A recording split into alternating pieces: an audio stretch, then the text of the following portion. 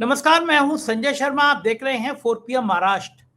राजीव जी के पास चलते हैं और समझने की कोशिश करते हैं कि आखिर बंगाल के चुनाव में खेल क्या हुआ, बंगाल में उनकी भविष्यवाणी गलत क्या हुई। सीधे राजीव जी के पास चलते हैं। 4PM में आपका बहुत बहुत स्वागत है राजीव जी। इस बार जितनी गालियां आपको पड़ी हैं उससे ज्यादा मुझे पड़ी हैं। सब लोग कह रहे हैं कि राजीव जी को कुछ नहीं आता जाता, ये भविष्यवाणी कर देते हैं कि बंगाल में बीजेपी हारेगी, बीजेपी के बुरे दिन हैं और बीजेपी बम बम है। राजीव जी की जितने राज्यों में भविष्यवाणियां होती हैं गलत होती हैं, राजीव जी को कुछ नहीं आता जाता। अब राजीव जी मुझे बताइए कि अब आप राज्यों के चुनाव की भविष्यवाणी करना तो कर दीजिए बंद, क्योंकि भविष्यवाणियां होती हैं गलत आपकी। अब जो ये आपको लोग तरह तरह की आलोचना कर रहे हैं, अब आप सफाई देंगे कि भाई बेईमानी कर ली, लूट कर ली, ये तो कोई बात नहीं होती। ये तो ज्योतिष शास्त्र किस बात का। अगर मैं बेईमानी कर रहा हूं और आप पकड़ नहीं पा रहे हैं एडवांस में, तो फिर ज्योतिष गलत है। आप कह रहे हो ज्योतिष हर चीज जानता है, हर चीज बता देता है, चूके कहाँ आप। अब ईमानदारी से गलती स्वीकार करिए दर्शकों से कि चूके, गलती हुई या नहीं हुई, विस्तार से बताइए। दर्शक बड़े दुखी हैं, बहुत नाराज हैं। हाँ, ठीक है, बहुत अच्छी बात है। देखिए, सबसे पहले बात तो ये बता देता हूं मैं कि जैसे हम बात करते हैं बार बार कि वेदों का 6वां अंग है, चक्षु कहा गया है, ब्रह्म विद्या है। उस ब्रह्म को जानने के लिए आपके पास में सत्य को जानने की एक दिव्य दृष्टि होनी चाहिए। तो ज्योतिषी होने के नाते आपको बता देता हूं, पहली बात, आज भी स्टैंड करता हूं, पिछले सारे राज्यों के चुनावों की भविष्यवाणी पर स्टैंड करता हूं कि मेरी सारी भविष्यवाणियां सही हैं और ये भविष्यवाणी भी सच है। ये बात दुर्भाग्य है क्योंकि चूंकि आप लोगों को उस विषय के बारे में पता नहीं और आप लोग तुलना करोगे उस बात से कि जैसे गोदी मीडिया को एक एजेंडा और वो प्रोपेगेंडा दे दिया जाता फॉल्स नैरेटिव का, तो ऐसे ही कोई बहुत सारे, मैंने बार बार आपके प्रोग्राम में कहा, 90% ज्योतिषी ऐसे हैं जो आरएसएस और बीजेपी के एजेंडा पर आपको भविष्यवाणियां सुनाते हैं कि जी मोदी आएगा, कि जी वो तो भाजपा की सरकार बनने जा रही है। आप किसी एक भी ज्योतिषी को, चैलेंज है मेरा, और जो मेरे पर प्रश्न चिन्ह उठाने वाले हैं उनको एक और चैलेंज मैं देता हूं, अगर आपके अंदर हिम्मत है तो आप नरेंद्र मोदी का, अमित शाह का, चुनाव आयुक्त का और सुप्रीम कोर्ट को कटघरे में रस्सियां बांध करके लाओ उन लोगों को, और लाओ उनको खोलते हुए कढ़ाई में, जैसे पुराने टाइम में यमराज के आगे दंड दिया जाता था ना, खोलते हुए कढ़ाई में डाल दिया जाता। हम तो डालने की बात नहीं कर रहे हैं, वो तो हिंसा हो जाएगी। हम तो कह रहे हैं उस कढ़ाई के पास ले आओ तो वो सत्य उगल देंगे। तो अगर आपके पास वो अगर शक्ति नहीं है तो ज्योतिष पर प्रश्न चिन्ह उठाना तो बंद कर दीजिएगा। क्योंकि मैंने आपके पिछले प्रोग्राम में भी संजय जी ये कहा था कि मेरे गुरु ने मुझे जो ज्योतिष सिखाई है और जो मैं ज्योतिष को समझ पाया हूं, क्योंकि ज्योतिष ब्रह्म विद्या है और मैं एक आध्यात्मिक पर्सन हूं। ज्योतिष सत्य को बताएगी, असत्य को नहीं बताएगी। या जहां तक आप बात कर रहे हो मैनिपुलेशन की, पकड़ने की बात, अरे आप बताइए, केवल अकेला व्यक्ति है, अकेला जोशी तो मैं हूं। 3 साल से बार बार भाजपा की कुंडली में कितनी बार, हजारों बार मैं आप लोगों को बता चुका हूं कि छल कपट के सारे योग हैं। कितनी बार राक्षसी गुण मैंने बताए। आप नहीं पकड़ पाएंगे तो मैं कोई पॉलिटिकल पार्टी तो हूं नहीं भाई। मैं तो अगर वो बातें कह रहा हूं तो वो पॉलिटिकल पार्टी के लिए भी तो संदेश है, वो आम जनता के लिए भी संदेश है कि भाई आप सीधे सीधे, ये कोई चुनाव हुआ है क्या? आप एक स्त्री के खिलाफ आप चुनाव में सारी एजेंसियां लेकर के पहुंच जाओ तो वो तो चुनाव तो नहीं है, आपने उसको जबरन हटा दिया। वो आप हटा सकते हो क्योंकि भाई आप तो जब सत्ता में केंद्र में बैठे हो तो आप गुंडागर्दी करके कैसे हटाइए, उनको काउंटिंग में मत घुसने दीजिए, उनके वोट मशीनें बदल दीजिए, वो सब आपके कर्म है। और वो क्यों करता है कर्म, वो हमेशा हम आपके ज्योतिष के विषय में बात करते हुए करते रहते हैं। तो मैं आपको फिर अभी बताता हूं, दोबारा से उस चीज को, टॉपिक को ले लेता हूं क्योंकि मुझे तो फिर समय। ये देखिए, चुनाव जो है डिक्लेयर होता है जिस दिन 15 मार्च को, 5 राज्यों का चुनाव। जब आप भविष्यवाणी की बात करते हैं संजय जी, आप ये क्यों भूल जाते हो? आज 5 राज्यों में चुनाव, आपसे ही प्रश्न पूछ रहा हूं आज आप मेरे से पूछते, मैं आपसे पूछ रहा हूं। 5 राज्यों में चुनाव हुए हैं जी, ठीक है। तो भाजपा आसाम में तो पहले से मौजूद थी, बंगाल जरूर उन्होंने कब्जा किया। कैसे कब्जा किया वो आप देख लो, वो तो आप किसी भी राज्य को कब्जा कर लो। वो अभी आप पंजाब में आप ऐसे भेज दो सारे, तो पंजाब भी कब्जे में आ जाएगा। और इसी तरह से आप कर्नाटक में भेज दो, कर्नाटक भी कब्जे में आएगा। भाई ऐसे नहीं तो ऐसे, पहले आप एमएलए खरीदते थे, अब आपने ये सोचा कि सेंटर फोर्सेस भेज करके चुनाव आयुक्त को, पूरे चुनाव आयोग को कब्जा करके और पूरी क्या नाम है सुप्रीम कोर्ट को कब्जा करके आप कोई भी चुनाव जीत लो, फिर तो वो कराने की जरूरत नहीं है ना चुनाव। तो मैं आपसे ये प्रश्न पूछ रहा हूं संजय जी दक्षिण भारत के भी तो 3 राज्य थे भाई। अगर आप मोदी का करिश्मा आप लोग देख कर हैं, ये अंधभक्तों को जो कहते हैं, बार बार मैं इसलिए वर्ड यूज कर रहा हूं क्योंकि जब हमारा मगज, हमारा जो एनालिटिकल ब्रेन है, जिसको हम, जो हमारा विजडम को कंट्रोल करता है, जो लगभग 40% होता है अच्छे स्वस्थ मनुष्य में, वो जब आपका जो है कमजोर हो जाता है तो आपके अंदर विवेक शक्ति खत्म हो जाती है, आप डिफरेंशिएट नहीं कर पाते हो। तो आज उन्हीं अंधभक्तों के सामने मैं कह रहा हूं, संजय जी 404 सीटें थी, 404 सीटें, 234 आपकी तमिलनाडु में, 30 आपकी पुडुचेरी में, 140 आपकी जो है उसके अंदर है केरल में। कितनी सीटें आई हैं संजय जी, जरा आप बताइए, आपने कोई आंकड़ा रखा है अपने पास में दक्षिण भारत में? मात्र 8।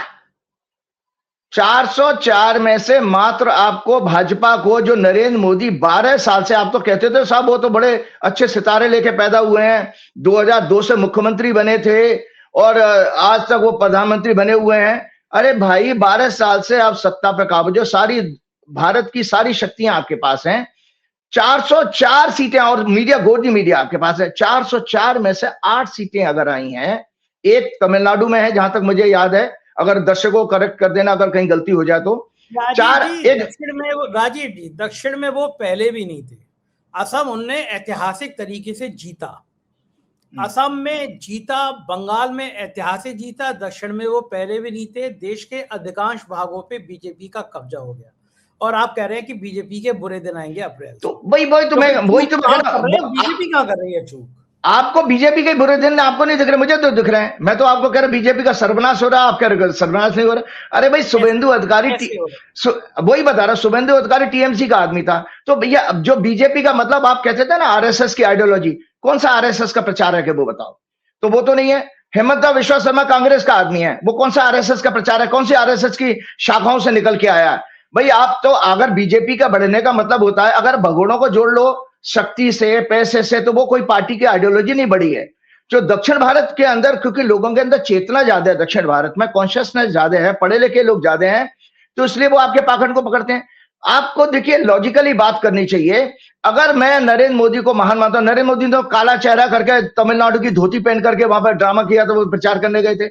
उन्होंने दक्षिण भारत के तरह से लोगों को अपने डार्क कॉम्प्लेक्शन की भी तो फोटो चलाई थी नहीं चलाई थी? और वो लुंगी पहन लेते हैं वहां जाके जब दक्षिण भारत में प्रचार करते हैं, तो वहां एक सीट क्यों आई है? आप इस पे भी तो सोचिए कि आप यहां तो आपने पूरा कब्जा किया, यहां चुनाव किया ही नहीं है। अच्छा वैसे लग तो अच्छे रहे थे लुंगी में, आपको अच्छे लगे नहीं लगे? मतलब स्मार्ट नहीं, लुंगी अच्छे लग रहे थे।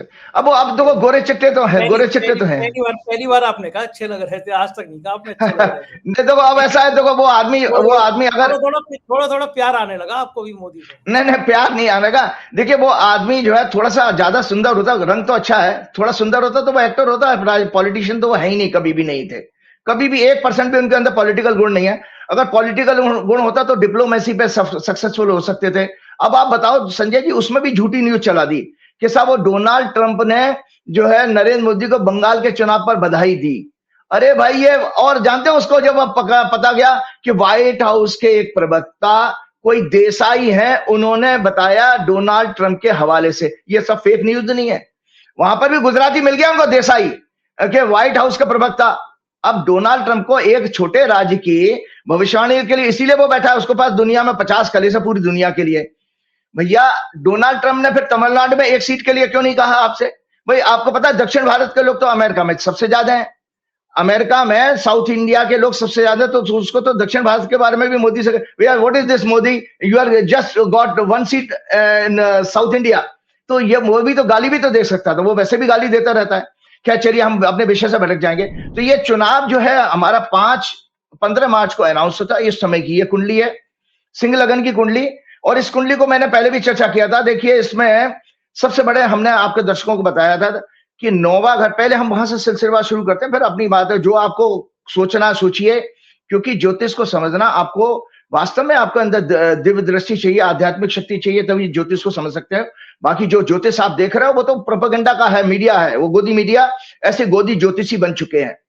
संजय जी सिंह लगन की कुंडली 9वें घर को मैंने बार बार आपसे कहा कि संवैधानिक संस्थाएं 9th हाउस से देखी जाती हैं।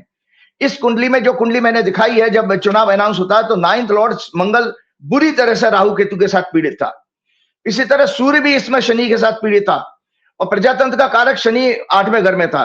इसका अर्थ यह होता है कि सरकार, ब्यूरोक्रेसी, पुलिस, पैरामिलिट्री, क्योंकि मंगल जो है दर्शकों आपको बता दें paramilitary forces and arm forces का सिग्निफिकेटर मंगल होता है।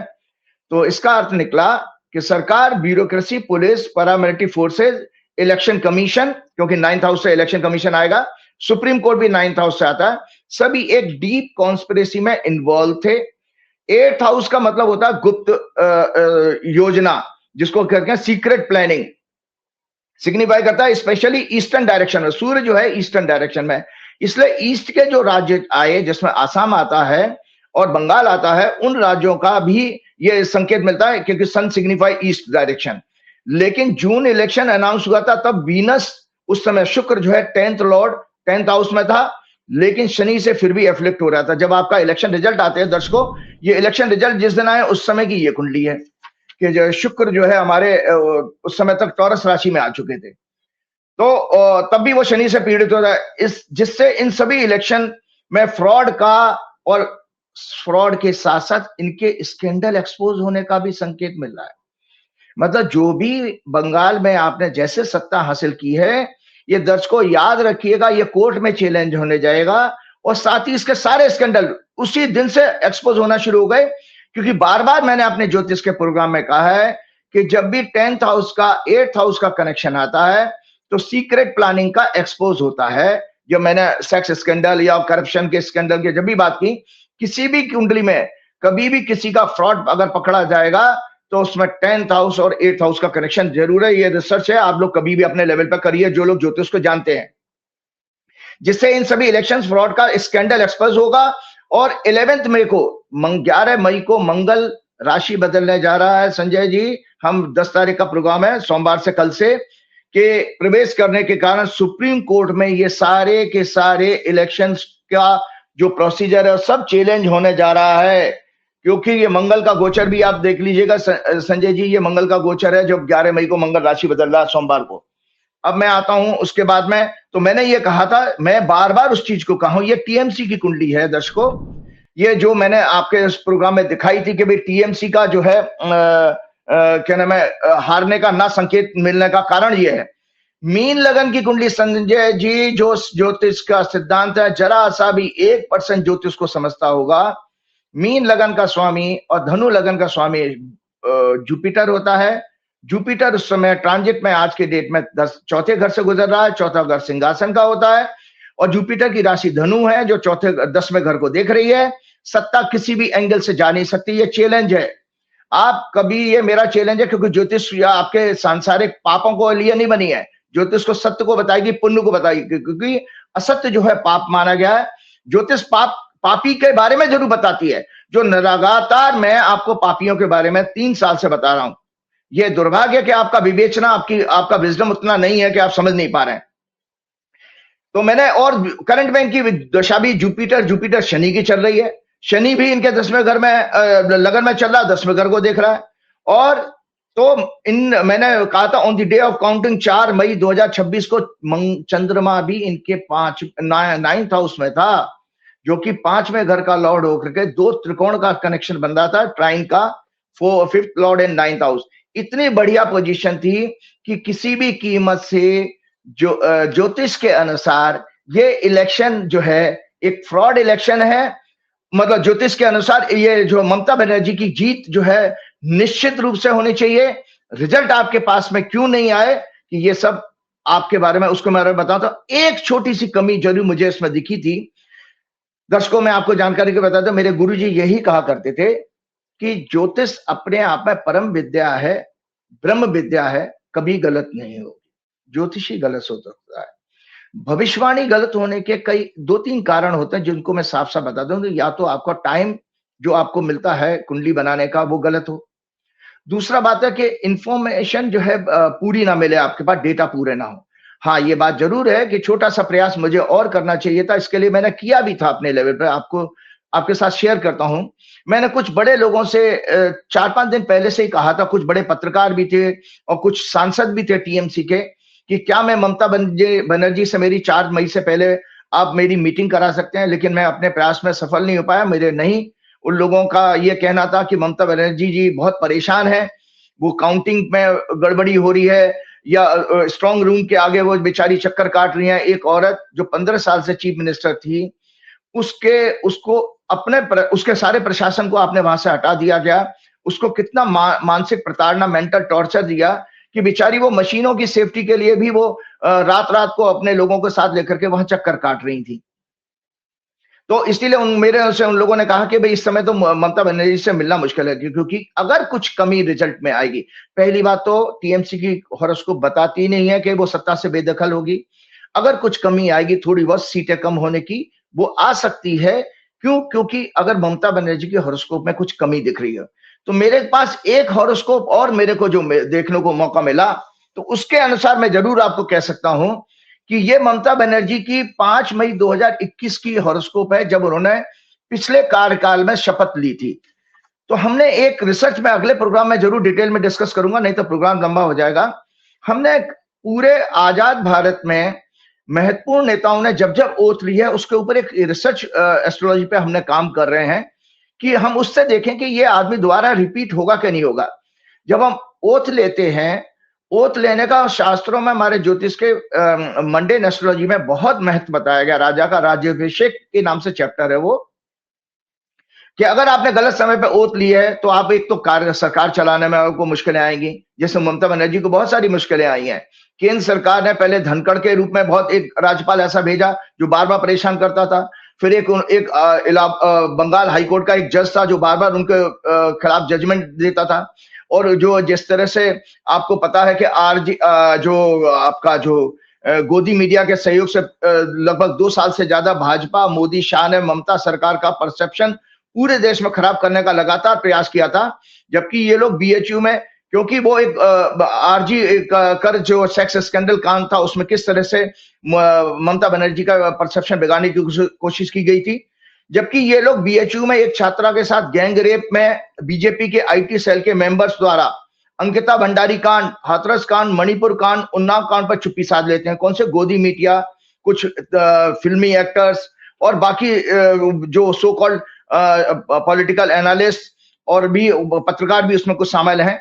ये कभी भी इनके बारे में नहीं बोलते हैं। उन्नाव कांड कॉर्पोरेट भी इनको फंड करता रहा। कुछ ग्रीडी फिल्म एक्टर्स, प्रोड्यूसर्स ने भी इनके साथ दिया और फर्जी फिल्म बनाकर एक एजेंडा और नैरेटिव सेट करने में ये लोग शामिल थे। ये सभी लोग किसान आंदोलन, दलित, महिला, गरीब, आदिवासी उत्पीड़न, पर्यावरण, अरावली कांड जैसा जो हुआ था, महिला खिलाड़ियों पर अत्याचार के मामले में, इकोनॉमी, भ्रष्टाचार, महंगाई, गिरता रुपया, भारत की छवि, फेल्ड डिप्लोमेसी आदि पर सभी लोग ये चुप रहते हैं, ये भूल जाते हैं। तो ये इस कुंडली में जो ओथ की कुंडली है, उस कुंडली में मैं संजय जी कर्क लगन में इन्होंने ओथ ली थी। 5 मई 2021 को ममता बनर्जी ने सुबह 10:43 पे ये शपथ ली थी पिछली बारी। उस शपथ में लग्नेश, किसी भी कार्य के सफलता असफलता के लिए देखा जाता है, लग्नेश, सूर्य और चंद्र ये पीड़ित नहीं होने चाहिए, कमजोर नहीं होने चाहिए।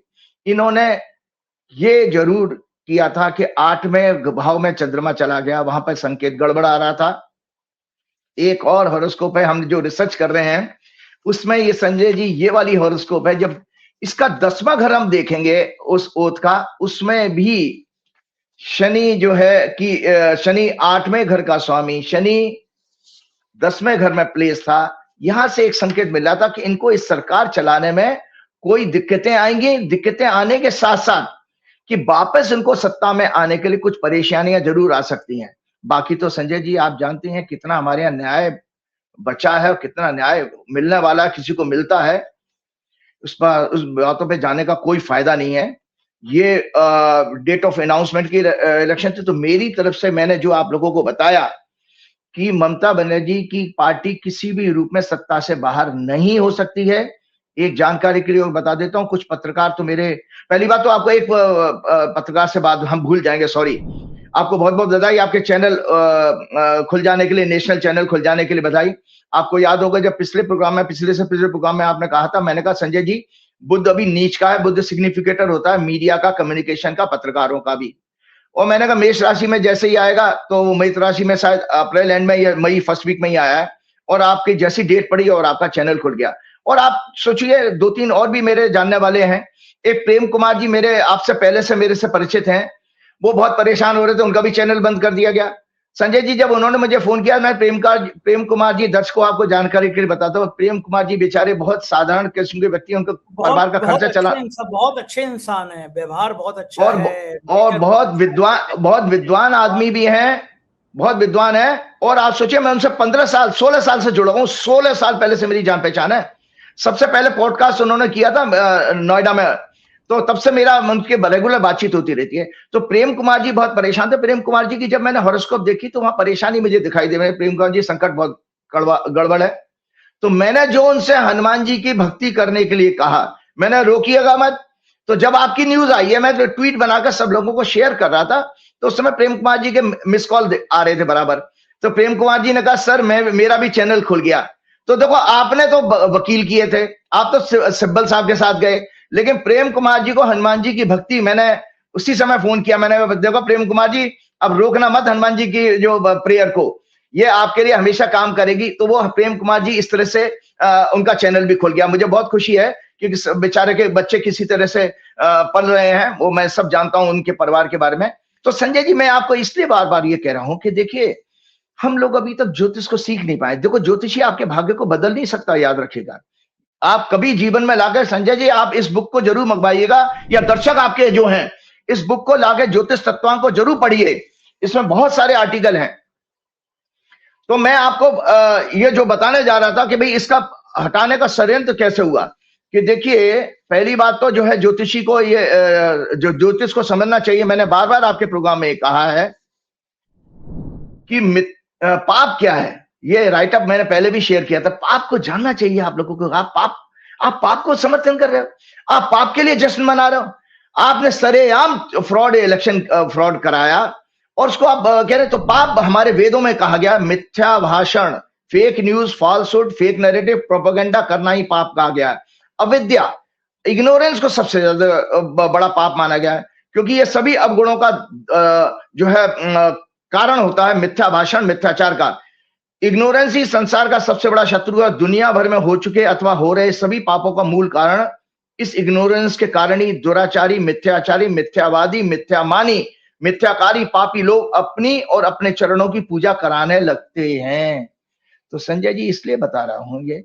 पहली बात, एक सज्जन का और मेरे पास फोन आया था, संजय जी ऐसा नहीं था, मेरे पास 4-5 दिन पहले, एक हफ्ते पहले ही कुछ लोगों ने व्हाट्सएप की पोस्ट भेजी। एक बहुत विद्वान आदमी है जो मेरे बहुत बड़े प्रशंसक भी हैं, ज्ञानी आदमी, उनका परिवार ज्योतिषियों का परिवार है, कि आचार्य जी आपकी भविष्यवाणी गलत हो जाएगी। वो मुझे वार्निंग कर रहे थे कि आचार्य जी आपकी भविष्यवाणी गलत हो जाएगी, पहले से मशीनें सेट हैं। और उन्होंने कोई वीडियो भी भेजी। इसी तरह किसी ने बाहर से, विदेश से भी किसी ने एक पोस्ट भेजी। तो मैंने कहा देखिए ऐसा है कि मैं इन सब चीजों से अपने आप को बदल नहीं सकता। अगर मैं ज्योतिष के सिद्धांतों पर नहीं बोलूंगा और ज्योतिष के फंडामेंटल्स को नहीं बताऊंगा, जो कि कभी गलत नहीं हो सकते हैं। देखिए जो मैं प्रिंसिपल्स की बात कर रहा हूं संजय जी, अगर जोहरान ममदानी, जिसको मैं कभी मिला नहीं, अमेरिका का इलेक्शन मैं अगर प्रिडिक्ट कर रहा हूं और वो सक्सेसफुल हो रहा है, 6 महीने पहले कह रहा हूं, ईरान को मैं कभी गया नहीं, ईरान, इजराइल, अमेरिका की कुंडली को मैं चर्चा करता हूं, उन्हीं सिद्धांतों पर काम कर रहा हूं, रिजल्ट आ रहे हैं। आपके यहां क्यों नहीं आ रहे? क्योंकि भारत की कुंडली में भी तो हमें देखना पड़ेगा। भारत की कुंडली में भी इस समय पाप ग्रह की दशा चल रही है, जो राहु के नक्षत्र में। तो भारत में केवल और केवल जो है आपको अधर्म और पाप ज्यादा बढ़ता हुआ दिखाई देगा, जिसका आपके संकेत आपके सामने ये बंगाल का और आसाम का चुनाव है। तो मैं बार बार आपको बता रहा हूं कि सबसे पहले उन सज्जन से जब मेरी बात हुई, जो विद्वान व्यक्ति की मैं बात कर रहा हूं, तो वो कह रहे आचार्य जी ये शास्त्रों में भाई ज्योतिष जो है एक वेदों का अंग ही तो है। तो दर्शकों फिर मैं आज आपको सामने बता देता हूं कि वेद के ये 6 लिंब है, ये जरूर आपके पास राइटअप अगर आपके पास होना चाहिए। वेदों के 6 अंग हैं जिन्हें वेदांग कहा जाता है। शिक्षा, इसमें क्या है?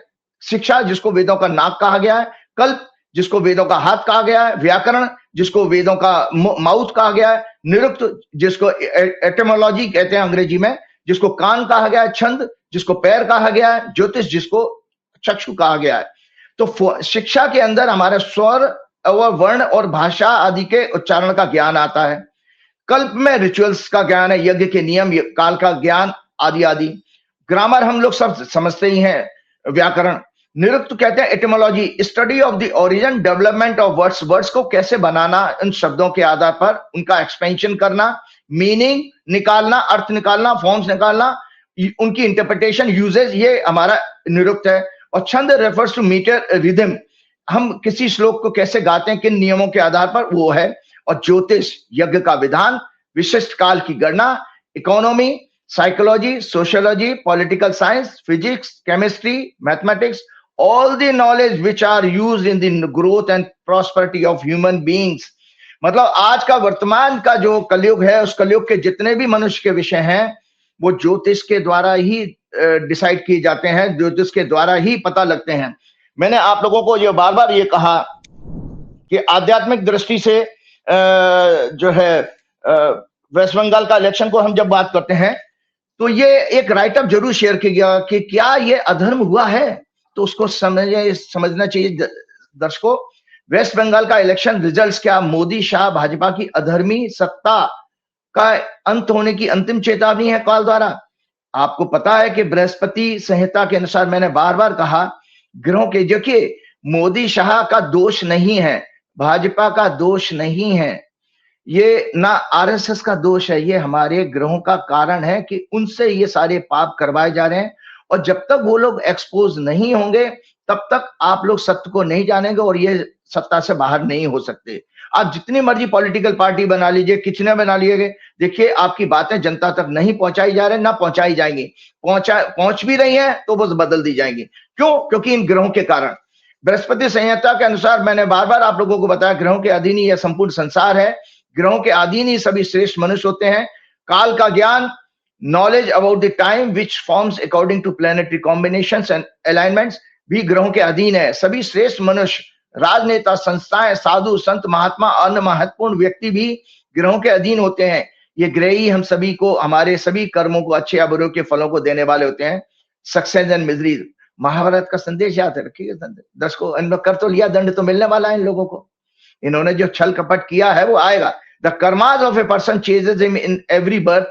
Karmas recognize its doer just as a calf, बछड़ा recognize her mother cow even in herd। मतलब एक झुंड में भी एक गाय का बछड़ा जिस तरह अपनी माँ को पहचान लेता है, ऐसे ही आपके कर्म आपके छूटने वाले नहीं है। अमित शाह, मोदी, आरएसएस, भाजपा, इनको इनके दंड तो मिलेंगे। ये एक पुस्तक जरूर देखिए। हम लोग जब ज्योतिष पढ़ रहे थे तो हमारे राव साहब कहा करते थे कि किसी और दर्शकों, आप लोगों को भी पढ़नी चाहिए। जब तक ज्योतिष के बारे में आप वेद और ब्रह्म विद्या के रूप में इसको स्वीकारेंगे नहीं, तब तक आप ज्योतिष आपकी समझ में आएगी नहीं, आशीर्वाद ही नहीं मिलेगा। ये है कर्मा एंड रीबर्थ की बुक, बहुत अच्छी बुक है। तो उसी बुक के अनुसार karmas of all previous birth 84 lakh. Karmas को 3 भागों में बांटा गया है, क्योंकि ये बताना कि ज्योतिष है क्या। आप समझते हैं कि ज्योतिषी आपके भाग्य को बदल देगा, कर्म आपने किए नहीं। आप घर में बैठे रहिए और सोचिए मोदी चला जाएगा, कैसे चला जाएगा? तो आपको कर्म तो करने पड़ेंगे। उसी चीज को आगे बढ़ता हूं। Karmas of all previous birth, 84 lakh योनियों के जो बर्थ हमारे सनातन धर्म शास्त्रों के साथ, वो संचित कर्म कहे जाते हैं। कर्मास अलॉटेड फ्रॉम दिस संचित कर्म, उन संचित कर्मों से जो कर्म अलॉट किए जाते हैं इस बर्थ में, उसको प्रारब्ध कहा गया, डेस्टिनी। याद रखिए, हम सभी की हॉरोस्कोप प्रारब्ध कर्म की ही बैलेंस शीट है, डॉक्यूमेंट है। हमारा जो कुंडली है वो प्रारब्ध कर्म की, डेस्टिनी की एक डॉक्यूमेंट है, बैलेंस शीट है। तीसरे आता था karmas they are in which you can exercise, और तीसरे प्रकार के कर्म होते हैं क्रियामान karma, the karma in which you can exercise your free will. तो उन पंडित जी से जब मेरी बात होती थी वो फ्री विल की बात करें, तो मैं आज बता देता हूं कि फ्री विल भी जो है आपके इसी हॉरोस्कोप में लिखा हुआ है, इसी हॉरोस्कोप में डेस्टाइन्ड है, डेस्टिनी में दिया कि कौन सी फ्री विल यूज करके आप क्या बन सकते हैं। तो क्रियामान कर्म कहते हैं what should be done in this worth.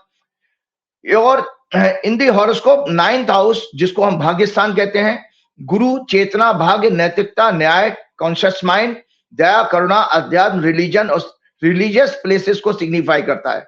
और 10वां घर हमारा ऑल टाइप्स ऑफ कर्मास का होता है। 11वां घर हमारा होता है फ्रूट्स, जिन कर्मों के जो फल मिलने वाले हैं, achievements, fruits, achievement, success, ambition and desire. ये 3 हाउसेस हमारे फ्री विल हाउस है। मैं पंडित जी को, उनको जिन्होंने मुझे फोन किया था, जिन्होंने मेरे शुभचिंतक भी हैं, मैं उनको बताना चाहता हूं कि 9th house, 10th house, 11th house ये हमारे फ्री विल हाउस है। इसके अलावा आपके पास कुछ भी नहीं है। आप जीवन में कुछ नहीं कर सकते, सब ग्रहों के आगे बंधे हुए हैं। 9, 10, 11 इन हाउस को आप अपने जीवन में कुछ कर सकते हो, जो इस जीवन में आपको कितना ही पढ़े लिखे हो, गरीब हो, अमीर हो, उससे कोई फर्क नहीं पड़ता। तो उनकी शुरुआत पकड़िए कहां से होती है, 9वें घर से। 9 से 10 जाएंगे, 10 से 11 जाएंगे। तो 9th हाउस क्या है? मॉरलिटी का, इंपैथी का। अगर आपके अंदर मॉरलिटी, इंपैथी नहीं है, गुरु आपके साथ नहीं है, मतलब गुरु का मतलब है नॉलेज, कॉन्शियसनेस, हायर नॉलेज कहा गया 9th हाउस को। जस्टिस, अगर न्याय की आपके अंदर उसको महत्व नहीं समझते हैं, तो आप ये देखिए कर्मास भी आपको कभी सफल नहीं होने देंगे ना। 9th house is the foundation of 10th house and finally 11th house. ये फॉर्मूला बनता है 9 से 10, 10 से 11। भाजपा की हॉरोस्कोप में मैंने बार बार कहा, 3rd हाउस, 9th हाउस की एक्सेस सभी पाप ग्रहों से पीड़ित है। इनकी हॉरोस्कोप में गुरु चंडाल योग, कपट योग, नाना प्रकार के मनोरोग, अन्य सभी राक्षसी प्रवृत्ति के पाप कर्मों में लिप्त होने के ग्रह योग हैं। अतः इनसे न्याय, संविधान, प्रजातंत्र, जनता के फंडामेंटल राइट्स, फ्रीडम, वोट की इंपॉर्टेंस, डेमोक्रेटिक इंस्टीट्यूशंस का सम्मान, देश की विश्व में छवि, sovereignty, diplomacy, spirituality, religion, morality, ethics, judiciary, प्रजातंत्र में ट्रांसपेरेंट एंड ऑनेस्ट इलेक्शन कराना आदि के महत्व और सम्मान की अपेक्षा करना विश्व और देशवासियों की मूर्खता है, क्योंकि उनकी कुंडली में है ही राक्षसी गुण, और राक्षसों से क्या आप क्या उम्मीद कर सकते हो? ग्रह ही हमारे कर्मों की प्रेरणा बनते हैं, याद रखिएगा। और मैंने आपको ये कहा भी था कि देखिए, आपको याद होगा, दर्शकों याद रहे, त्रेता युग में रावण जो ऋषि पुत्र और श्रेष्ठ ब्राह्मण महाज्ञानी शिव भक्त था, जिसकी नाभि में अमृत होने के कारण वो एक तरह से अमर था, इसलिए उसका अंत करने के लिए स्वयं भगवान को अवतार लेना पड़ा, स्वयं भगवान को अवतार लेना पड़ा था। तो उसने अपने जीवन की सबसे बड़ी गलती एक की थी, सीता जी का छल कपट के साथ अपहरण करना। एक गलती की थी उसने अपने जीवन में। इतना बड़ा शिव का भक्त आज तक हमारे सनातन धर्म के साथ अनुसार कोई नहीं हुआ रावण के बराबर। और वो ऋषि का पुत्र था, राक्षस पुत्र नहीं था। राक्षस तो वो अपने कर्मों के कारण बन गया था। उसने अपने जीवन की सबसे बड़ी गलती सीता जी का छल कपट के द्वारा अपहरण करके लंका ले जाने की। इसी नारी अपमान के कारण उसका अंत हुआ, ये उसकी मृत्यु का कारण भी बना। याद रखे, ठीक, बहुत महत्वपूर्ण चीज है दर्शकों, ध्यान से सुनेगा। ठीक इसी तरह नरेंद्र मोदी, शाह, भाजपा और संघ समर्थित सरकार पिछले लास्ट 12 ईयर्स में अनेक अधर्म और पापों का सहारा लेकर देश और देशवासियों के अनेक कष्टों, दुखों और अपमान का कारण बनी हुई थी। लेकिन 23 एंड 29 अप्रैल 2026 को हुए वेस्ट बंगाल इलेक्शन, उसके बाद 4 मई 2026 को अनेक प्रकार से धांधलेबाजी करते हुए इन्होंने 15 साल से शासन कर रही एक साधारण तपस्वी ब्राह्मण महिला मुख्यमंत्री को केंद्र सरकार की सारी शक्तियां, चुनाव आयोग, सुप्रीम कोर्ट के सहयोग से हटाया गया, अपमान किया गया, हराया नहीं गया, वो हरा नहीं पाए हैं, हटाया है उन्होंने। ये इनके पाप के घड़े के ताबूत में अंतिम कील साबित होने जा रहा है। ये इनके पाप के घड़े के ताबूत में अंतिम कील साबित होने जा रहा है। इतना ही नहीं, इनकी नारी शक्ति से घृणा की एक और तस्वीर देख लीजिएगा संजय जी, सामने आई। पहली नॉर्थ ईस्ट के मणिपुर में महिला को सार्वजनिक रूप से नंगा घुमाने की, जिसमें कई सारे इनके समर्थक, भाजपा की सरकार है ना वहां, उसका मजाक उड़ाते हुए दिख रहे थे। यहाँ बीजेपी की सरकार है, इसमें एक पुरुष, अभी आपने देखा होगा, किसी ने क्रिटिसाइज नहीं किया, मोदी ने, अमित शाह ने, योगी आदित्यनाथ ने या मोहन भागवत ने, कि अभी आपने देखा जब चुनाव के रिजल्ट आए, जिसमें एक पुरुष ममता बनर्जी की तरह सफेद साड़ी पहने हुए है, लोग उनके हाथों को बांधकर एक रस्सी में सड़क पर घसी खींचते हुए ला रहे हैं। सैकड़ों की भीड़ उसका मजाक उड़ाते हुए आनंद ले रही है। यही नारी शक्ति के प्रति मोदी, शाह, आरएसएस, बीएचपी, आदित्यनाथ, पूरी भाजपा, आईटी सेल, अंधभक्तों की मानसिकता है। क्योंकि इनमें से किसी ने भी इसकी कड़े शब्दों में निंदा नहीं की, जबकि इन सभी को यह पता है कि रिजाइन करने तक वो वहां की मुख्यमंत्री थी, एक संवैधानिक पद पर थी। ये नरेंद्र मोदी, पूरी सरकार, भाजपा का तंत्र कितना मानसिक रूप से कमजोर है कि जब एक बच्चे ने नरेंद्र मोदी के 2014 में सरकार बनाने से पहले महंगाई, गिरता हुआ रुपया, पेट्रोल, डीजल, गैस के दामों पर अटैक करते हुए पुरानी सारी वीडियोस का कलेक्शन एक रील के फॉर्म में कंपाइल करके रिलीज किया, आज के वर्तमान हालत से जोड़ते हुए दिखाया, जो इतना वायरल हो गया कि उसके करोड़ों व्यूज आए। तो और उसको सरकार ने डर के मारे, उस ताना सरकार ने कार्रवाई करते हुए उस पर रोक लगा दी। इससे पता लगता है कि ये मानसिक रूप से बेहद कमजोर और डरे हुए हैं। क्या है, देखिए संजय जी, आप ध्यान रखिएगा,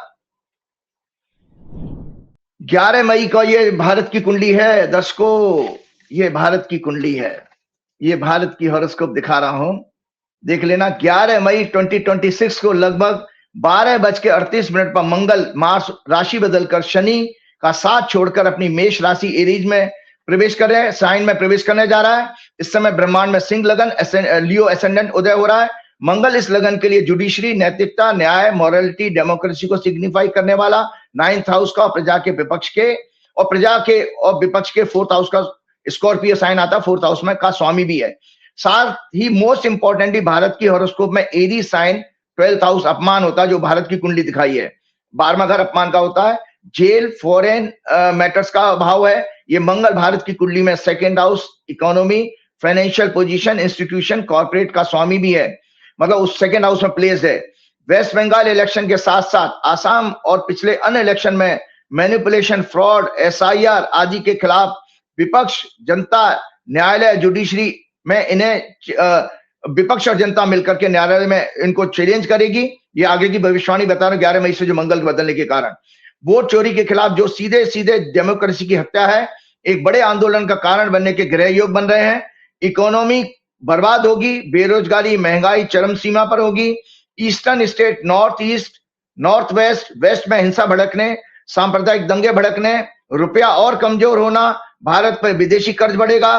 देश में हिंसा भड़कने में पड़ोसी देश चाइना, सुन लीजिए, देश में हिंसा भड़काने में पड़ोसी देश चाइना, बांग्लादेश, पाकिस्तान, नेपाल इंटरेस्ट दिखाएंगे।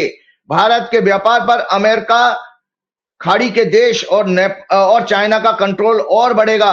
भारत व्यापार की दृष्टि से गुलाम बनने की तरफ बढ़ेगा। दुर्घटनाएं बढ़ेंगी, अनेक प्रकार के प्राकृतिक प्रकोप, आंधी तूफान आदि आएंगे। ये सभी काल का दंड भारत को 6 सितंबर 2025 को 7 वर्षों की मंगल की महादशा के रूप में पिछले 12 वर्षों में एक तानाशाह अधर्मी शासन को अंधभक्त बनकर सपोर्ट करने के रूप में अवश्य मिलेगा भारतीय लोगों को, क्योंकि मैं उसमें कुछ नहीं कर सकता। भारत की दशा इस तरह की है।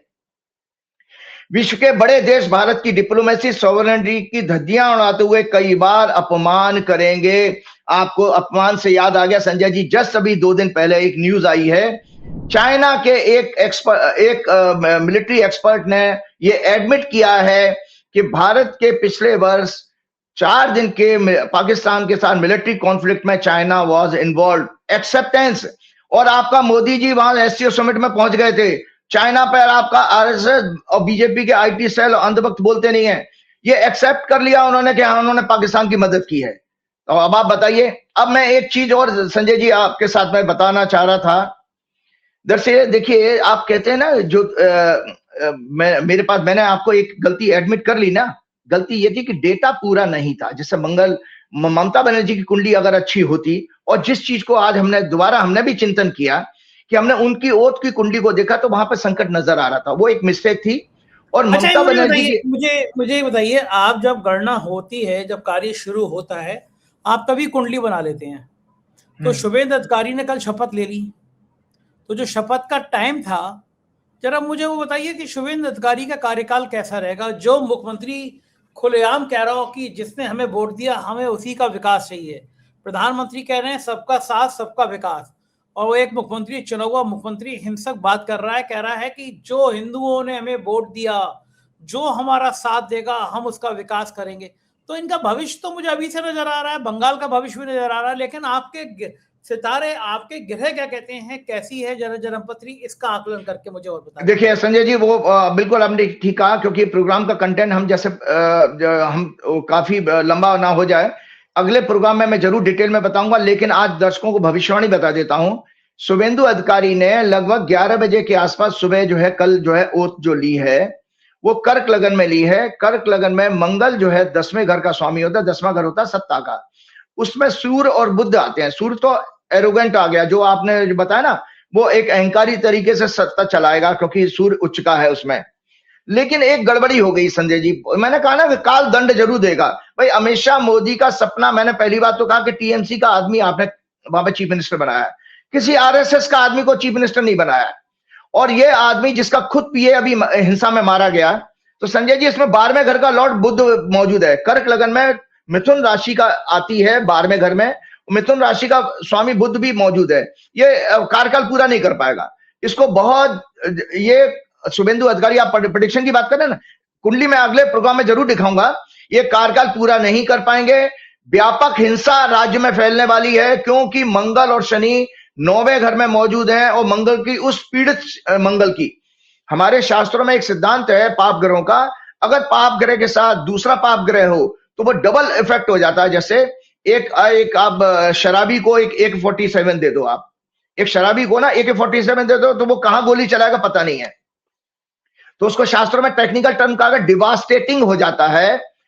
तो वो मंगल की दृष्टि चौथे घर पर जा रही है, चौथा घर प्रजा का होता है, डोमेस्टिक हालात का होता है, बंगाल आग में झुलसने जा रहा है। और आपको पता है संजय जी, मैंने आपको प्रोग्राम में 14 सितंबर का एक प्रोग्राम किया था, वो कुंडली जरूर दिखाइएगा। 14 सितंबर में मंगल की कुंडली मैं आप लोगों के पास से भेज दूंगा। जब मंगल ने राशि बदली थी, मैंने कहा था 7 वर्ष की मंगल की दशा शुरू हो गई है, उस 7 वर्ष की दशा में मंगल ने जो जहां पर बैठा है, मैंने कहा था आंदोलन के जरिए ही जाएंगे। देखिए भाजपा की कुंडली में भी है, दर्शकों में आपको ये भाजपा की कुंडली देख लीजिएगा, ये भाजपा की जन्म हॉरोस्कोप है, इसमें चंद्र कुंडली में देख लीजिएगा। चंद्र कुंडली में ये नीचे है, भाजपा नरेंद्र मोदी अमित शाह ये आराम से चुनाव में हार के नहीं जाएंगे, बल्कि जबरन किसी हिंसा या आंदोलन के द्वारा हटाए जाएंगे, या इनके इतना गृह युद्ध जैसे हालात हो जाएं कि इनको मजबूरी में हटना पड़ेगा। तो ये इनका सरकार का अंत जो है, दर्शकों आलोक मेरे से पूछ रहे थे ना कैसे होगा, ये इलेक्शन में हार कर नहीं होगा, ये जबरन हिंसा के द्वारा होगा, जिसका का बीज मैंने आपको बार बार कहा कि सूर्य जो है ईस्टर्न डायरेक्शन में बढ़ता है। इसीलिए रावण वाला आपको एपिसोड सुनाया कि रावण ने एक गलती की स्त्री का अपमान करने की, यहां पर भी एक स्त्री की अपमान कर दी। और कितने स्त्री प्रेमी हैं आप इसी से आप अंदाज लगा लीजिए संजय जी, कितने नफरत करते हैं ये 4 गुजराती में 2 गुजराती, और ये चारों के चारों वेस्ट कम्युनिटी से आते हैं संजय जी। 2 नेता हैं, 1 नंबर 2 नंबर मोदी जी शाह, और 2 उद्योगपति हैं संजय जी। देश की एकमात्र महिला ब्राह्मण नेता ममता बनर्जी, वो जबरदस्ती किस तरह से हटाया गया है, हराया नहीं गया है। मैं आप मेरे दर्शकों मेरे शब्द को नोट कर लीजिएगा, उनको हटाया गया, हराया नहीं गया, वो तो जीती है इलेक्शन। आप जो मर्जी चाहे अपनी सोच रखिए, वो मैंने पहले कहा कि भगवान ने आपको दिव्य दृष्टि दी नहीं है कि ज्योतिष को समझ पाए। दूसरी बात, मायावती दलितों, आपके 79 ईयर आजादी को हो रहे हैं, इतनी महत्वपूर्ण और मजबूत नेता दलितों में आज तक नहीं हुई, वो इनको अपने साथ जोड़ के उनका सहयोग ले लेकर के आज उनका राजनीतिक जीवन खत्म कर दिया। सो दलितों की एक स्त्री वो भी थी। तीसरी स्त्री अपनी पार्टी के अंदर क्षत्रिय नेता वसुंधरा राजे, किस तरह से उनका राजनीतिक कैरियर लगभग बर्बाद कर दिया गया। और दर्शकों आपको याद होगा, इन्होंने बड़ा मुश्किल से पता नहीं किस मजबूरी में दिल्ली में एक महिला को जो वेस्ट कम्युनिटी से आती है मुख्यमंत्री तो बना दिया, लेकिन संजय जी उसको भी पिटवा दिया उसके घर पर। एक गुजरात के आदमी ने पब्लिक मीटिंग में जब वो जो दरबार लगाती हैं, उनके बाल पकड़ के उनको जमीन पे गिरा के मारा था। वो न्यूज किस तरह दबा दी गई, उस गुजरात के आदमी का लीगल केस क्या हुआ भगवान जाने। तो लगातार आप देखिएगा, क्योंकि संघ के लोग शादी करते नहीं है, मोदी जी शादीशुदा है नहीं, अमित शाह के कोई बेटी है नहीं, एक ही एकमात्र बेटा है, तो इनको स्त्रियों का सम्मान नहीं आता है दर्शकों। तो ये इसीलिए ये इनका अंत निश्चित है, और आप इसमें बिल्कुल चिंता मत करिए, जाने वाले हैं। चलते चलते संजय जी एक मॉरल स्टोरी के साथ आज प्रोग्राम समाप्त करेंगे, क्योंकि लंबा हो जाएगा प्रोग्राम।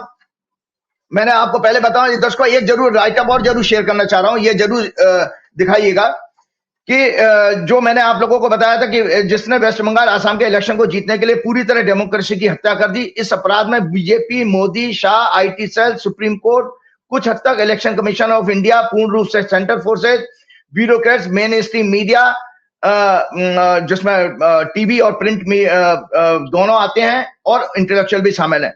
किस तरह से बंगाल का चुनाव लड़ा गया उसको जरा पॉइंट्स वाइज आपके बहुत सारे पॉलिटिकल लोगों से भी आपने सुना होगा, वीडियोस देखेंगे। मेरा काम है एक फैक्ट्स के रूप में, ये रिटन फॉर्म में मैं आपको देने जा रहा हूं, चिंतन आप जरूर करिएगा। बीजेपी का देश में इलेक्शन विन करने के षड्यंत्र, स्पेशली मोदी शाह द्वारा। मोदी ने सीजीआई को ईसी सिलेक्शन पैनल से हटाया, इलेक्शन कमिश्नर को कवरेज और प्रोटेक्ट करने के लिए, जिससे वो सरकार को रिगिंग और अन्य फ्रॉड मैनिपुलेशन में सपोर्ट करने के बाद पनिश ना हो पाए, लॉ पास किया। राजीव कुमार के पीरियड में यह किया गया था। सुप्रीम कोर्ट का judgement, video recording not necessary. ECI openly accused of adding lakhs of votes even after voting ended, मतलब वोट खत्म होने के बाद ही लाखों वोट जोड़ दिए जाते हैं। बीजेपी की 2024 में टोटल विनिंग लोकसभा सीट, जिसमें 70 क्वेश्चनेबल हैं, इनमें से 106 दूसरे दलों के भगोड़े हैं। फिर संघ और भाजपा की आइडियोलॉजी कहां है? ये तो कीचड़ मड फैलाकर उसमें लोगों को गिराकर और उन्हें अपने साथ जोड़ लिया गया है। नो सीसीटीवी फुटेज वोटिंग और काउंटिंग के समय का प्रोवाइड करना। अब तो बंगाल इलेक्शन में टीएमसी के काउंटिंग ऑब्जर्वर्स को भी 12 बजे के बाद मार पीट करके बाहर कर दिया गया था, ऐसा टीएमसी आरोप लगाती है। वोटिंग के बाद सुप्रीम कोर्ट के आदेश के बाद सर्टेन डेज तक डेटा ईवीएम का रिमूव ना करने का पालन नहीं किया जा रहा है। Randomly 5% EVMs, ballot unit, control unit, VVPAT सहित की वेरिफिकेशन, जिसे एक कैंडिडेट रिजल्ट्स के 7 डेज के अंदर रिटन रिक्वेस्ट कर सकता है, कि एससी के ऑर्डर्स को भी मानने से इन्होंने इनकार कर दिया, कहीं नहीं माना जा रहा है। Voting percentage are release next day और sometimes after 2-3 days by using defective and manipulated software. SIR is doing in different states and lakhs of votes are deleted, especially in the winning seats of opposition parties. Elections stretched across multiple phases. Even results are announced. It is a fixed match for manipulation. Continued suspicion around EVMs. Sanjay ji, एक और चीज, भाजपा के नेताओं के द्वारा अनेक बार hate speech, communal statement देने के बाद भी आचार संहिता के उल्लंघनों के कानून के आधार पर कार्रवाई न करना, जिसमें मोदी शाह द्वारा सबसे ज्यादा बार किया जा रहा है। अमित शाह का 22 अप्रैल का बयान आपको याद है संजय जी? इससे पता लग जाएगा आपको कैसा कितना मैच फिक्स था। दमदम रैली में कहा था, भाइयों बहनों 4 मई को सुबह काउंटिंग चालू होगी, 8 बजे बैलेट बॉक्स खुलना शुरू होंगे, 9 बजे पहला राउंड, 10 बजे दूसरा राउंड और 1 बजे काउंटिंग खत्म और Didi tata goodbye. Amit Shah Joshi हैं क्या? अमित शाह भगवान है जो पूरी इवेंट्स को समझा रहे हैं और वैसे ही सब कुछ हो रहा है। याद है, ज्ञानेश गुप्ता कई वर्षों तक अमित शाह के अंडर में ज्वाइंट सेक्रेटरी लेवल से काम कर चुके हैं। एक वरिष्ठ आईएएस ऑफिसर ने इनके बारे में कहा, जो ईसीआई में भी काम कर चुके हैं। उन्होंने कहा कि आजाद भारत के 79 ईयर्स की हिस्ट्री में ज्ञानेश गुप्ता सबसे घटिया और भ्रष्ट आईएएस ऑफिसर है, राजीव कुमार उसके बाद आता है। इन लोगों ने विश्व में भारतीय ब्यूरोक्रेसी की वर्किंग पर बहुत प्रश्न चिन्ह लगाकर उसकी रेपुटेशन लोएस्ट लेवल पर कर दी है। जिस तरह से बंगाल में हजारों की संख्या में स्टेट ब्यूरोक्रेसी को ईवीएम, एसडीएम, तहसीलदार लेवल वीडियोस भी बदला गया, लाखों की संख्या में forces including military, paramilitary forces लगाई गई। लोकल बंगाल की ब्यूरोक्रेसी को काउंटिंग में पार्टिसिपेट नहीं करने दिया गया। हजारों की तादाद में चुन चुनकर अपने फेवरेट आईएएस, आईपीएस ऑफिसर्स को ऑब्जर्वर, माइक्रो ऑब्जर्वर्स बना के तैनात किया गया, जैसे एक दुश्मन देश पर हमला किया जा रहा है। इसलिए ममता बनर्जी, जो कि वर्तमान में एकमात्र देश की ब्राह्मण महिला है, नेता है और मुख्यमंत्री भी थी, उन्हें हटाया गया है, फोर्सबली हराया नहीं गया है। ये और सोचिए, उन्होंने एक और महिला का अपमान किया। जेएनके में महबूबा मुफ्ती के साथ सरकार बनाई और उसका भी राजनीतिक कैरियर लगभग उन्होंने खराब कर दिया, बर्बाद कर दिया। एक और मैंने आपको संजय जी बताया कि मोदी तो स्वयं अपनी पत्नी को छोड़कर कई वर्षों से उनका अपमान करने का पाप कर चुके हैं। कोई स्वयं की औलाद भी नहीं है। मधु किशोर, डॉक्टर स्वामी द्वारा उनके ऊपर मानसी सोनी आर्किटेक्ट जो थी से लेकर कई महिलाओं को यौन शोषण के आरोप उन पर लगाए गए, जिनका आज तक मोदी जी ने जवाब या खंडन नहीं किया। चाइना, यूएसए में इनके ऊपर अय्याशी करने के आरोप भी इन लोगों ने लगाए हैं, उसका भी कोई खंडन नहीं किया। डिग्री भी इनकी नकली है। एप्स्टीन सेक्स स्कैंडल में उनके और उसके gangs, USA, Donald Trump, Netanyahu से इनके संबंध हैं। इनके मंत्रियों के नाम है, लेकिन क्योंकि नैतिकता मर चुकी है, इनकी भी, आरएसएस की भी, कोई एक्शन कार्रवाई नहीं हुई। अमित शाह के कोई कन्या नहीं है, मैंने पहले कहा, और यही हाल आदित्यनाथ का, जिनकी शादी नहीं हुई। और सबसे ऊपर आरएसएस का संगठन, जो अपनी संस्था में सम्मान तो दूर, किसी तरह का पद भी महिलाओं को नहीं देता। इसलिए नारी वंदन, नारी सम्मान केवल पाखंड है, इनके लिए एक चुनाव जीतने का ढोंग है। 4 मई को 26 के जो 5 राज्यों के चुनाव का जो मैंने आपसे कहा था कि 404 सीटों में से केवल 8 सीटों पर, मतलब तमिलनाडु में 234 में से 1, केरल में 140 में से 3, पुडुचेरी में 30 में से 4, टोटल 404। और यानी मोदी मैजिक 404 सीटों में से केवल 8 सीटों पर रहा, अर्थात 2% से भी कम। देशवासी चिंतन करें कि दक्षिण भारत के लोगों की कॉन्शियसनेस कितनी पावरफुल है कि वो इन पाखंडी लोगों, इनकी पार्टी आइडियोलॉजी को कितना समझते हैं और इनको लिफ्ट नहीं देते। शायद इसलिए भी कि वर्तमान भारत के अनुसार श्री हनुमान जी का जन्म किष्किंधा के राजा के घर हुआ था, जो दक्षिण भारत के कर्नाटक राज्य में पड़ता है। यानी सच्चा श्री हनुमान जी का भक्त इन काल नेमी राक्षसों के वंशजों को समझ सकता है, इनके पाखंड में कभी फंसेगा नहीं। संजय जी, एक चीज और मोदी का एक सच और जान लीजिए, मोदी भाजपा का हिंदू मुसलमान भेदभाव पाखंड या सच जान है। मोद घांची, जिनका मुख्य रूप से ऑयल प्रेसिंग तेल निकालने का ट्रेडिशनल बिजनेस रहा है, इसलिए मोदी सरनेम जो मोद से बना है, हिंदू, जैन, पारसी और मुसलमानों में भी मिलता है। खाड़ी के देशों में ये सरनेम मुस्लिम में भी मिलता है, मुसलमानों में भी पाया जाता है मोदी सरनेम। ये संजय जी, ये सामने है आपके, ये सच लाना जरूरी था, नहीं तो देशवासी कैसे जानेंगे। नरेंद्र मोदी का बचपन से मुस्लिम प्रेम। नरेंद्र मोदी के एक बचपन के बहुत क्लोज मित्र थे जसूद खान पठान। बचपन में इनका परिवार वडनगर गुजरात में मुस्लिम इलाके के पास ही रहता था, इसलिए बचपन से ही इनके कई मुस्लिम मित्र थे। जसूद पठान नरेंद्र मोदी के स्कूल के सहपाठी भी थे। उनका इनके घर में बहुत आना जाना था। स्वयं नरेंद्र मोदी कई बार बता चुके हैं कि बचपन में वे मुस्लिम पड़ोसियों के साथ ईद मनाते थे। उनके घर मुस्लिम परिवारों के घर से खाना भी आता था। इसके अलावा नरेंद्र मोदी के पिता दामोदर दास मोदी के भी एक करीबी दोस्त मियां भाई रामसादा के बेटे अब्बास रामसादा भी कुछ वर्षों तक मोदी के परिवार के साथ उनके घर में ही रहे थे।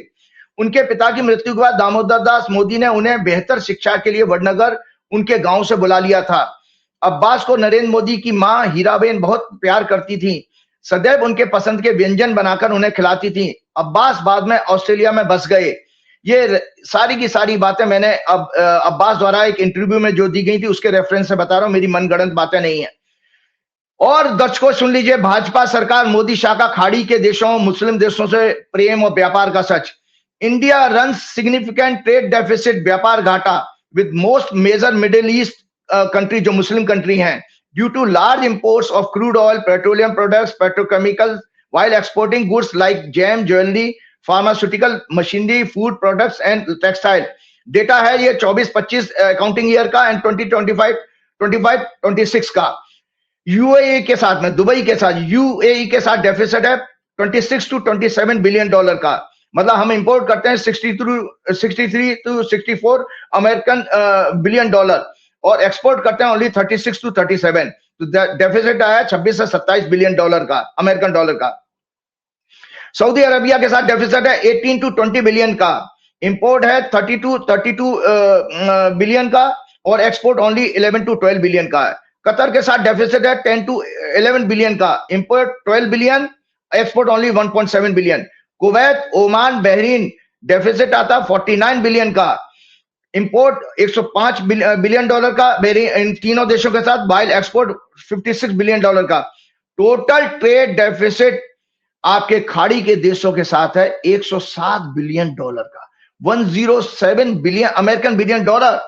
इसके अलावा दर्शकों पहले मैं आपके साथ शेयर कर चुका हूं, रशिया के साथ ट्रेड डेफिसिट है हमारा 58.9 बिलियन और इसी तरह चाइना और वियतनाम का मिलाकर व्यापार घाटा 150 बिलियन डॉलर है। आप जिसको सरकार को आप जान रहे हो, पूछ रहे हो, उसका सच तो जान लो। इसका अर्थ है कि नरेंद्र मोदी के 12 सालों के मनुष्य पीरियड में देश आर्थिक रूप से कितना विदेशों पर डिपेंडेंट हो गया है। हमारे पब्लिक सेक्टर सरकारी पीएसयू कमजोर कर दिए गए हैं। Make in India, skill India शमशान पहुंच गए हैं। भारत लगभग आर्थिक रूप से विदेशी गुलाम बन गया है। जिस दिन चाहे ये देश भारत के पूरे व्यापार को ठप कर सकते हैं, हमारे देश पर कब्जा कर सकते हैं, क्योंकि एनर्जी से लेकर chips, pharma, chemicals, fertiliser, defence equipment, computer, software, hardware, सभी आइटम्स में इन सभी देशों का कब्जा है। खाड़ी देशों में इन्वेस्टमेंट भी सुन लीजिए, मोदी जी यहाँ पर इसलिए बताना जरूरी था कि यहाँ पर ये देशवासियों को भ्रमित करते हैं, भ्रम फैलाते हैं हिंदू मुसलमान करके, और टोटल मुसलमानों के देशों पर इन्होंने अपने आप को उनके गुलाम बन चुके हैं ये खाड़ी के देशों के। इसीलिए देखिए यूएई पे अटैक किया अभी ईरान ने, तो मोदी जी तुरंत कमेंट कर देते हैं। लेकिन अयतुल्ला खुमैनी मारे गए, 168 बच्चियों की निर्मम हत्या हुई, उस पर मोदी जी की टिप्पणी आज तक नहीं आई है। गाजा में 70,000 इजराइल ने मार दिए, इजराइल के ऊपर एक टिप्पणी नहीं कहते हैं मोदी। खाड़ी देशों में भारत के कॉर्पोरेट का इन्वेस्टमेंट सुन लीजिए, पैसा कितना किसका कहां लगा है, ये भी सच आपके सामने आना चाहिए कि मुसलमानों का पैसा हमारे यहां लगा हुआ है और हमने अपना पैसा वहां उनके यहां लगा रखा है। इस तरह से आप उनके ऊपर पूरी तरह डिपेंडेंट है और गुलाम होने के लिए तैयार है। जीसीसी का क्यूमुलेटिव एफडीआई भारत में 31 बिलियन प्लस है, जो सितंबर 25 तक का कहा गया है, और जिसमें अकेले यूएई सबसे बड़ा कंट्रीब्यूटर है, 7th और 4th है, जिसका इन्वेस्टमेंट 25 बिलियन के आसपास है। और सऊदी अरब का 3.25 बिलियन डॉलर इन्वेस्टमेंट है हमारे यहाँ, कतर का 1.5 बिलियन डॉलर है हमारे, और ये ज्यादातर भारत के IT, software, power trading services में हो रहा है। इसके विपरीत भारत के corporate Reliance, Adani, LNT, Wipro, TCS, Tech Mahindra ने लगभग 20 बिलियन डॉलर के आसपास इन्वेस्टमेंट कर रखा है हमारे कॉर्पोरेट ने इन देशों में।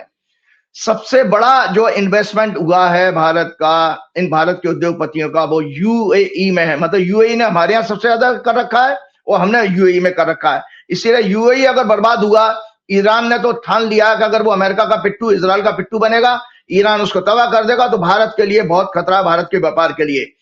क्योंकि यूएई में लगभग 18.5 बिलियन डॉलर हमारे यहाँ के उद्योगपतियों ने पैसा लगा रखा है। सऊदी अरेबिया में 0.5 बिलियन है और ओमान में 0.6 बिलियन है।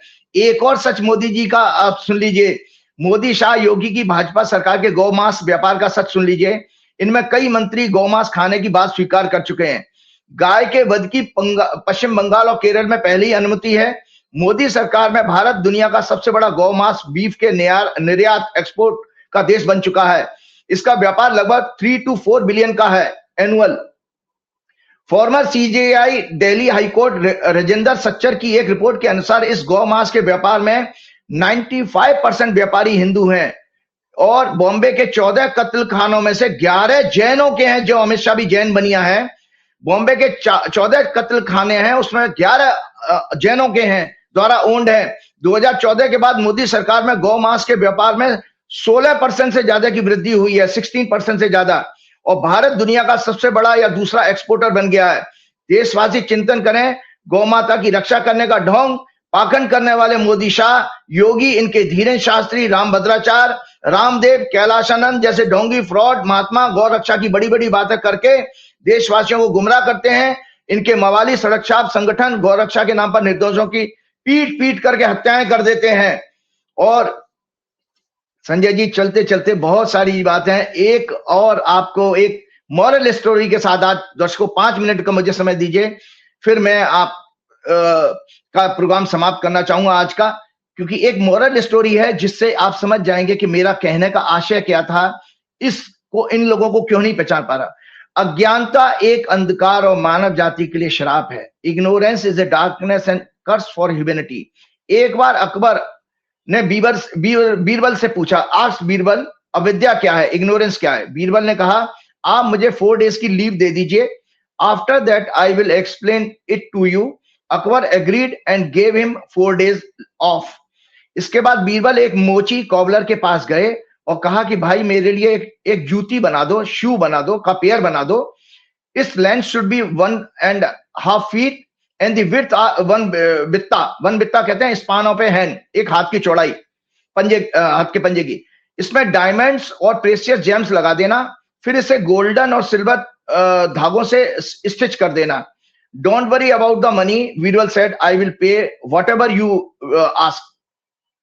The cobbler agreed and said, come and collect them on 3rd day. On the 3rd day, Birbal received the shoe. Payment करने से पहले उन्होंने मोची कॉबलर से एक वचन लिया कि वो इसके बारे में कभी किसी को कुछ नहीं बताएगा। He would never mention these shoes to anyone under any circumstances. उसके बारे में हमेशा अज्ञानी, इग्नोरेंट बना रहेगा। इसके बाद बीरबल ने एक जूती को अपने पास रखा और दूसरी को एक मस्जिद में फेंक दिया। अगले दिन मौलवी क्लेरिक मस्जिद में आए, अजान की कॉल देने के लिए आए। अजान मतलब प्रेयर। उन्होंने हीरे जवाहरातों से जड़ी सोने चांदी के धागों से सिली गई इस जूती को देखा। Then he thought this cannot be an ordinary human shoe. it must surely belong to Allah, Allah Miyan himself, who must have come for namaz, prayer के लिए आए होंगे और शायद वो गलती से भूल गए होंगे. So he placed the shoe on his head, अपने माथे से लगाया, and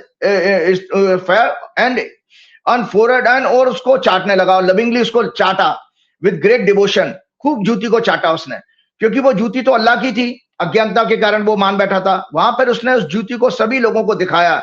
सभी कहने लगे हाँ भाई ये जूती तो अल्लाह की ही रह गई होगी. उसके बाद वहां सभी लोगों ने सर पर उसको रखा और उन्होंने भी उसको चाटा, खूब चाटा. This news eventually reached Akbar. He said, show it to me as well. जब अकबर ने उस मैग्निफिसेंट शू को देखा, उसने भी डिक्लेयर कर दिया, this is indeed Allah shoe. He too placed it on his head, licked it lovingly and ordered, keep this shoe safely in the mosque in a respectable place. Birbal की 4 दिन की छुट्टी खत्म हो गई दर्शकों, और जब वो दरबार में आए वापस, अकबर का अभिवादन करके चुपचाप एक उदास चेहरा लिए, ग्लूमी चेहरा लिए खड़े हो गए. अकबर ने पूछा, what happened, why is your face so downcast as if it has 10 corners. Birbal तुमने अपना चेहरा क्यों 10 कोने का बना रखा है. तो बीरबल ने कहा, राजन हमारे यहाँ चोरी हो गई है. अकबर ने पूछा, क्या चोरी हो गई है. बीरबल ने उत्तर दिया, हमारे ग्रैंडफादर की जूती थी और जो हीरे जवाहरात उसमें जड़े हुए थे, सोने चांदी से सिली हुई थी, और चोर उनमें से एक उठाकर ले गया. अब सिर्फ एक बची है मेरे पास. अकबर ने पूछा कि क्या वो एक जूती तुम्हारे पास ही है. बीरबल ने कहा, जी हुजूर मेरे पास ही है. फिर उन्होंने वो जूती अकबर को दिखाई. अकबर का माथा ठनका और उसने मस्जिद से दूसरी जूती मंगाई और बोला, या अल्लाह, मैंने तो सोचा था कि ये जूती तो अल्लाह की है और मैंने तो इसे चाट चाट करके चिकनी कर दिया. Akbar face turned pale as he realized what had happened. He immediately sent for the other shoe from the mosque and exclaimed, "Oh Allah, I thought this was your shoe. I licked it so much that it made it shiny and smooth." Birbal smiled and said, "Your Majesty, this is avidya." तो आशा ये है, moral of the story ये है कि बीरबल ने कहा कि देखो हुजूर, ये ही इसी को अज्ञान अविद्या कहा जाता, कि आपने जाने पहचाने बिना, उसके बारे में तथ्य को इकट्ठा किए बिना आपने उसको अल्लाह का मान लिया, उसको चाट चाट करके चिकना बना दिया. So moral of the story is, people know nothing yet they blindly follow the crowd like sheep. ये इसी को भेड़ चाल कहते हैं. हमें पता कुछ भी नहीं है और सिर्फ भेड़ चाल से चले जा रहे हैं. किसी भी बात, व्यक्ति, संगठन, साधु संत, महात्मा, राजनीतिक पार्टी, चुनावी भाषणों, मैनिफेस्टो, गोदी media, debates, coverage, news and stories पर आंख मूंद करके बिना फैक्ट्स फाइंडिंग के भरोसा कर लेते हैं और अपनी जानवरों, खासतौर से डॉग लाइक बार्किंग एनिमल्स की तरह प्रतिक्रियाएं देने लगते हैं. उन्हें व्हाट्सएप ग्रुप में, अन्य सोशल मीडिया प्लेटफॉर्म पर शेयर करना शुरू कर देते हैं. अपना ही नहीं, अपने पूरे परिवार, समाज, देश का मानसिक हेल्थ खराब कर लेते हैं. हिंसा करते हैं, हेट स्पीच, किसी धर्म के खान पान, उनकी जीवन शैलियों पर टिप्पणी करने लगते हैं. इनमें बड़े बड़े लोग, जजेस, ब्यूरोक्रेट, पॉलिटिकल एनालिस्ट, साधु संत, महात्मा, गुरु, पॉलिटिकल लीडर्स भी हैं, मीडिया एंकर्स भी हैं, मीडिया चैनल के मालिक भी हैं और अन इंटेलेक्चुअल भी शामिल हैं, गरीब अनपढ़ों के साथ साथ. ये ही एक सैड स्टोरी अंधभक्ति यानी अज्ञानता की है. देशवासियों, विशेष रूप से middle class, intellectuals, corporate, bureaucrat, actors, judiciary, media, journalist, political analyst को आत्मचिंतन करना चाहिए कि 2014 में सत्ता में आई सरकार, उसका शीर्ष नेतृत्व आरएसएस, वीएचपी, उनके मवाली संगठनों, बजरंग दल आदि, उनका आईटी सेल, ठीक ऊपर वाली कहानी स्टोरी की तरह एक फेक आइटम हीरे जवाहरात वाली जूती को 12 वर्षों से चाट चाट कर उसको ब्लाइंडली फॉलो कर रहा है. उसको चिकना बना दिया. चिकना बनाने का मतलब ईगोइस्टिक और संवेदनहीन बना दिया, इनसेंसिटिव बना दिया है, जिससे ये शासन अब देशवासियों को बर्दाश्त से बाहर है. अब इसका अंत निश्चित है. और हनुमान जी की प्रार्थना के साथ आज का प्रोग्राम समाप्त करूंगा. बाकी शेष और अन्य जानकारी अगले प्रोग्राम में जरूर लेकर के आऊंगा. श्री गुरु चरण सरोज रज, निज मन मुकुर सुधार, वर्ण रघुवर बिमल जसु, जो दायक फलचार. बुद्धिहीन तनु जान के सुमिरो पवन कुमार, बल बुद्धि विद्या देव मोह हरऊ कलेश विकार. जय श्री राम, जय हनुमान. हीरे वाली जूती की जरूर ध्यान रखिएगा, उसको चाट चाट करके चिकना आप बनाना बंद कर दीजिए, आंखें खोलिए अपनी। जय श्री राम, जय हनुमान। ये थे राजीव नारायण जी। और आपको पता है कि हमारा नेशनल चैनल बंद हुआ, लेकिन सरकार जब हमारा एक चैनल बंद करती है, दूसरे चैनल पर बाढ़ आ जाती है। हमारे 4PM यूपी के 19 लाख सब्सक्राइबर हो गए, जरा से दिनों में लाखों सब्सक्राइबर बढ़ गए। ये आपका प्यार है कि देश भर के लोग मुझे इतना प्यार करते हैं कि हमारे साथ बने रहते हैं। आपका ये साथ चाहिए मेरे को। जज संजय बड़े मन से ब्लॉगिंग का चैनल बना रहा हूँ, बराबर में लोगो है, आज ही इसको सब्सक्राइब करिए और मुझे बताइएगा कैसा लगा। बाकी 17 चैनल की लिस्ट है, इनमें से जो आपको अच्छा लगे उसे भी सब्सक्राइब करिएगा। आपका अपना चैनल है, आपके प्यार के बदौलत में सरकार से लड़ पा रहा हूं। नीचे ज्वाइन बटन है, ज्वाइन बटन दबा के अगर मेरी कुछ आर्थिक मदद करेंगे तो मुझे अच्छा लगेगा। ये वो दौर है जब इतिहास में लिखा जाएगा कौन सरकार के चरणों में था और कौन सरकार की आंखों में आंखें डालकर सवाल पूछ रहा था। आपका ये भाई सरकार की आंखों में आंखें डालकर सवाल पूछता रहेगा। शुक्रिया, थैंक यू।